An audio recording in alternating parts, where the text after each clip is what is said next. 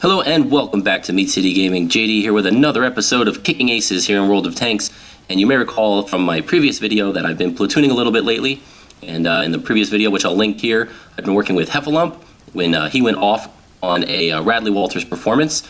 Well, I'm playing again with Heffalump now in a platoon, and also we are joined by Assassin. And we're in a Tier 8 match. They both chose Tier 8 medium tanks, and I went with my Tier 7 light tank, the AMX 1375. And we're in a standard battle on Widepark. So one of the first things that you can do in Widepark to A, help yourself, and B, help your team are to spot the enemies at the railroad tracks. Now there's a good way to do it and a bad way to do it. Watch in front of me here and you'll see the wrong way to spot. The leopard comes up, sits on top of the railroad track, gets hit, and then immediately gets taken out. While I just poke and then quickly withdraw. And notice I came up next to those bushes to kind of try and block a little bit of a vision to my tank from anything off to the left there.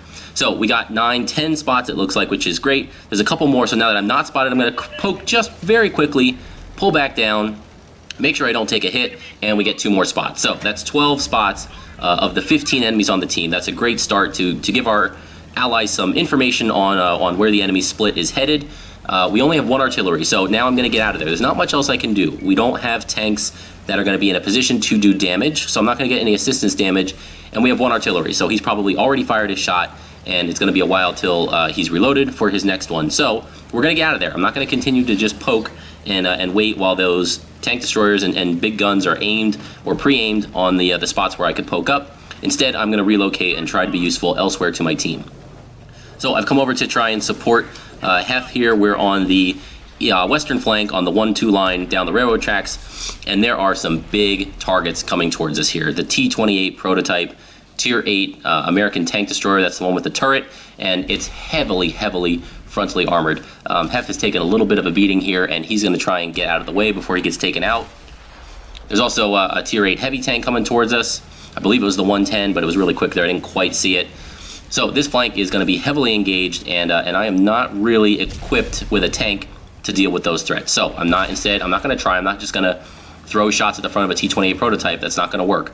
Instead, I'm going to relocate and look for another place where I can contribute. And here we get a lovely little opportunity. This is a T-34-3 Russian medium tank.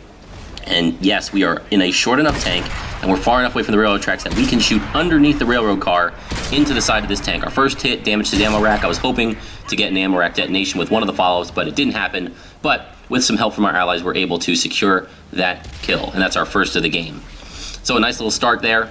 Now I can see there's a Stuart Emile down in the valley on the other side, and that's a really nice lightly armored target that I could put some damage into if I can work a shot on him, but it looks like I don't quite have the angle.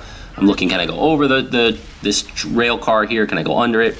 Not quite, but the ally in front of me gets taken out, so I'm gonna move here a little bit, and I was actually exposed right there in that little alley, so that was not a good spot to be in. So I quickly get out of there without taking any damage, and now it's decision time. Do you really want to bash your head against a concrete wall? Because I'll tell you, the concrete wall is going to win. I am not going to go down this alley against that T-28 prototype. He's basically in the best spot on the map for him right now. He is in a secured alley with hard cover on both sides, protecting his weak side armor, and he's got his big gun and his front armor pointed towards the enemy. So we're going to leave him there. He's slow. Let him get out of there. Let him move to a position that's not as favorable. We're going to go somewhere else. So we're going to join Assassin, who's been working this ridge line. I've got Hef with me, and the 3 of us meet up here, and I say, you know what, guys? Let's have a little fun. Let's go for it. It's time for a hero run. Time for the big ol' Leeroy Jenkins. So we come over in mass here. We see a tiger coming down the hill at full speed. We put 1 into him. 2, he misses his shot. We've got the side of his tank. Boom, he's taken out. We've got half our clip left. Now we see there's an STA-1, and again, I check my targets. There's a Jagdtiger 88 on very low health. So I put 1 into him. Now I need to save these last 2 shots. The front of that tank is again well armored. He misses his shot. We're gonna juke. We joust past him, 1 into his side, 1 left, and that will finish him off in the rear of the tank. And now, we're reloading, and the STA-1 is not happy that we just took out his friend. So we're gonna play a little delaying action. We're gonna play some merry-go-round here. I do have help. I have allies while my clip's reloading. Front, back, we're keeping the dead Jagdtiger 88 between us and the enemy. My allies aren't even getting shot here. He's so focused on me. My allies got that damage for free, and we removed him without taking any damage in return. So what a great result there. Great little hero run that worked out just right. Now, 9 times out of 10, if you know there are some hidden tank destroyers, or if you don't know that there's hidden tank destroyers down near the enemy base cap, that could go very, very wrong very quickly. But it worked out for us. We had pretty good info on the map on who was left in the game and where they were positioned. So it made sense. We went for it. And it was a great result for our team. Really turned the tide of the battle there. So now, excuse this complete dirt moment. How many times have I played this map? Wow. You cannot go through there, guys. So now we're coming up on the flank of those tank destroyers from before.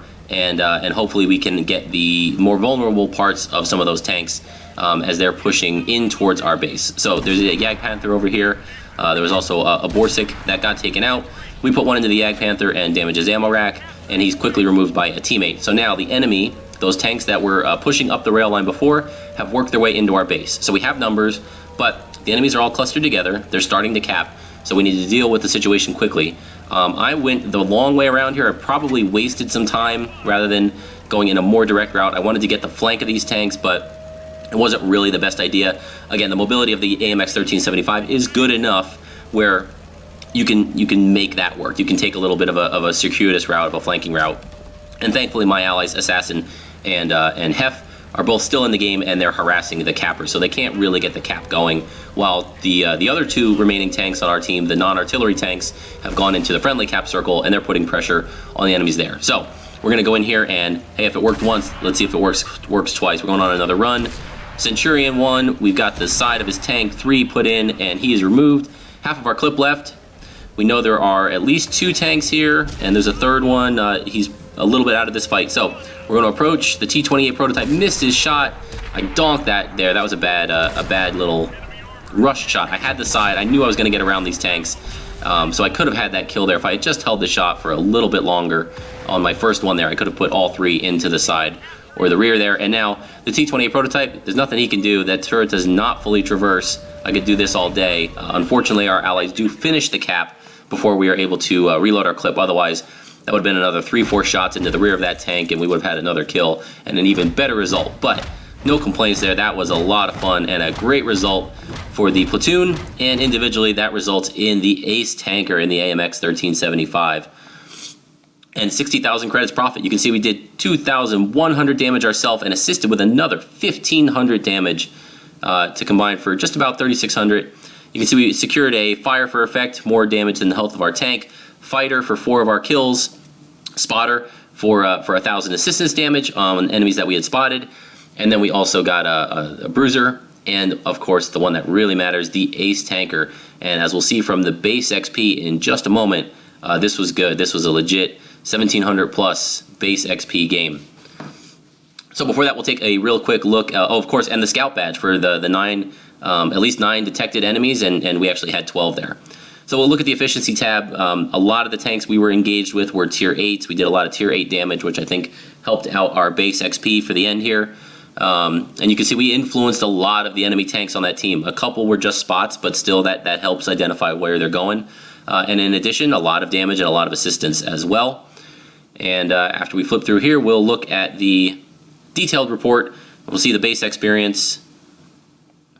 And it is 1,750 base XP for our 4 kills, 2,102 damage, and 1,506 assistance damage. What a great result. We made 60,000 credits. We did not fire a single premium round. I do carry 2 clips of premium in this tank, but we didn't need them for this battle. And so to wrap up, I just want to give a little bit of insight to the AMX 1375. I did do a review of the AMX 12T, and it was an awful experience. I really, really did not enjoy it. And at first, the 1375 was more of the same. It's very similar, but it's better enough in enough categories that when you're in a tier 8 match, essentially that's top tier for the 1375. It gets matched like a tier 8 medium tank. You can have an influence. You can use your speed, use your mobility. If you save your health, we didn't take a single hit that entire game.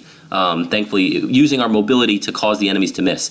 So if you save your health, you can engage tanks at the end of the game, use your mobility, and use your autoloader to put a hurt on them really quickly, clean up tanks that are injured, and have a great impact on the game. So hopefully you guys enjoyed that one. It was a lot of fun to play. Big shout out to my teammates in the platoon. Feel free to like and subscribe, and I'll see you next time. Thanks.